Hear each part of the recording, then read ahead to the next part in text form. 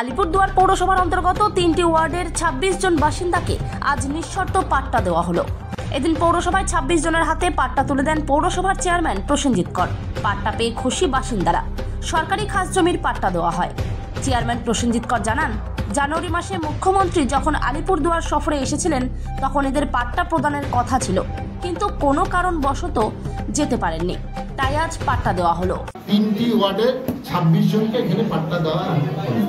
এদেরকে মমতা ব্যানার্জি যখন এসেছিলেন 23শে জানুয়ারি তাদের পাট্টা রেডি ছিল, তারা যেতে পারেননি কোনো কারণে, তাই তাদেরকে ডেকে আজকে পাট্টা দেওয়ার ব্যবস্থা করা হলো। এগুলো কি জমি, কি ধরনের জমি ছিল? এগুলো হচ্ছে সরকারি খাস জমি ছিল, সেগুলোকে পাট্টা দেওয়া হলো। এতে শর্ত কি আছে?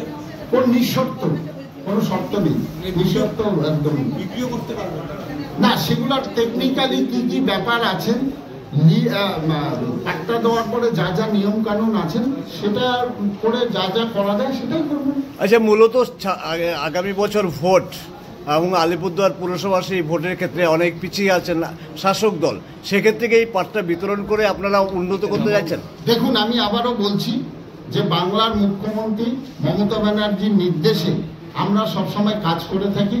আমাদের এখানে বিধায়ক নেই, এমপি নেই, তথাপি আমরা আলিপুরদুয়ারের মানুষের উন্নয়নের জন্য কোনো সময় পিছপা হই না।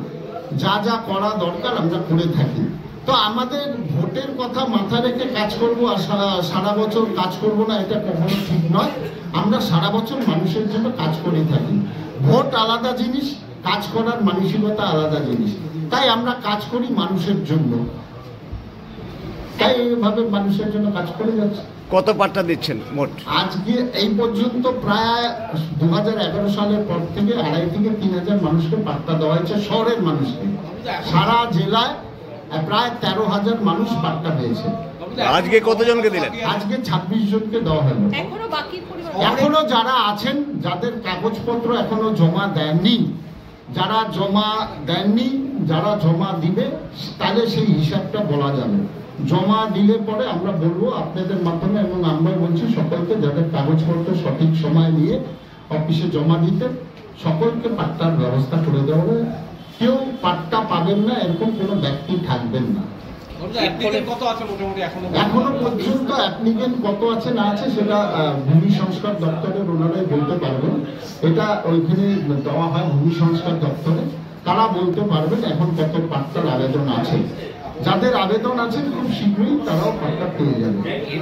তাহলে পাট্টা নিয়ে রাজনীতি নয়, কোনো রাজনীতি বলছি, আমরা সারা বছর মানুষের জন্য কাজ করে থাকি।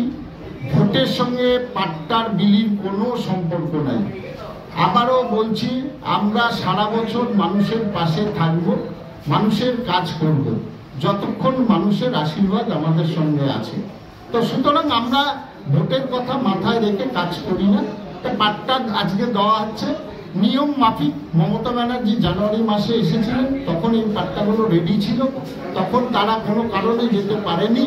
যেহেতু পৌরসভা এলাকা, তাই জেলা প্রশাসনের নির্দেশে আজকে আমরা সেই মানুষগুলোকে পৌরসভা হল ঘরে ডেকে আমরা পাট্টা তুলে দিলাম। মানুষের কি কি সমস্যা হতো এই পাট্টা না থাকায়, যেটা দেখুন, মানুষ এটাতে কোনো বাড়ির, প্রথমত বাড়ির লোন পেতেন না, প্ল্যান পেতেন না, হোল্ডিং নম্বর নেই, নিজস্বতা বলে কোনো জিনিস নেই। যে আমি একটা বাড়ি করে আছি, এটা আমার বাড়ি, সেটা আমি বলতে পারছিলাম না। এখন সেটা যে আমার নিজস্ব সম্পত্তি বা নিজস্ব বাড়ি, নিজের বলে যে অধিকার, সেটা মমতা ব্যানার্জি আজকে মানুষের হাতে তুলে দেবে। এখন লোন টোন থেকে শুরু করে সবকিছু পাবেন। নিয়মে পর্যায়ক্রমে যে নিয়মগুলো আছে সেই নিয়ম অনুযায়ী সবকিছু পাবেন। এর ফলে মানুষ উপকৃত 100%। মানুষের দীর্ঘদিনের দাবি ছিল যে পাট্টা দিতে হবে, নিঃশর্ত পাট্টা, সেটাই মমতা ব্যানার্জি আজকে করবেন। এর আগেও করেছেন, আজকেও করছেন, আগামী দিনেও করবেন। এই পাট্টা দেওয়ার ফলে কি জমি হস্তান্তরযোগ্য হয়? সেটা নিয়ম আছে, ল্যান্ডের ভূমি সংস্কার দপ্তর, ভূমি সংস্কারের যে আইন আছে সেই আইন অনুযায়ী যা যা করণীয় সেটা করতে পারবে।